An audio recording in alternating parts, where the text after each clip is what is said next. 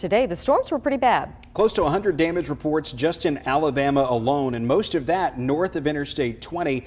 And then when you look up toward the northeast, there were even more across Georgia into the Carolinas, Virginia, West Virginia. Over 1,000 reports of severe weather across the country today. The majority of those, over 900 of them, between Mississippi, Alabama, and up to New York State. There are more heavy storms likely during the day tomorrow. Frequent lightning, strong wind gusts, localized flooding possible on Tuesday. And then the same recipe goes into more thunderstorms coming up on Wednesday. This is where everything started this morning out over Oklahoma. We've highlighted that area, so keep an eye right in that highlight. And then toward 3 o'clock this afternoon, those big heavy thunderstorms working out of Cullman County after blasting the city of Cullman and most of Cullman and Blount, Etowah, Cherokee counties with high wind gusts. Some of it looks like it could be higher than 70 miles per hour in some of those communities. I don't know that we'll get a formal declaration on exactly how high the wind was. It didn't hit any of the sensors, but any of those spots where you saw all that extreme damage, just something that we don't get a lot of this time of year. Then what happened as the storms began to fizzle out, rain-cooled air took over, so that outflow has now dropped south of Birmingham.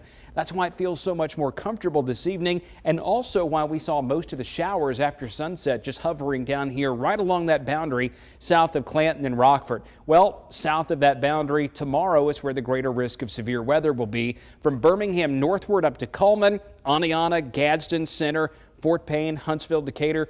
Not much of an issue. There will be some showers, but the greater threat of thunderstorms is going to be farther down toward the south. Places that didn't get many storms today. 8 o'clock in the morning, clouds are already on the increase. It will not get as hot tomorrow. We're forecasting highs in the 80s. And then in come the showers and storms as early as 10 to 11 a.m. over West Alabama. Places like Cochran, McMullen, up to Aliceville, Gordo, Reform, Tuscaloosa, Utah. And then here they come. These bigger storms likely near and south of U.S. Highway 82 throughout most of tomorrow midday and early afternoon. From Birmingham north, it's mainly just showers. That's why we focus down here to the south where those heavier thunderstorms will develop on Tuesday. Well, then on Wednesday, it's a whole different ball game again. 60-mile-per-hour wind gusts, another impact day, lots of lightning, flash flooding.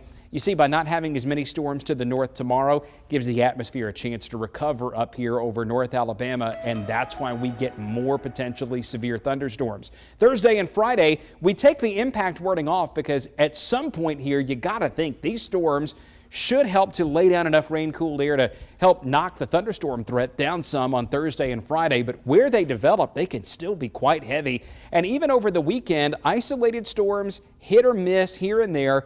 But where they happen, lots of lightning, gusty winds, heavy rain. It just means it gets hotter where we're not having quite as many storms.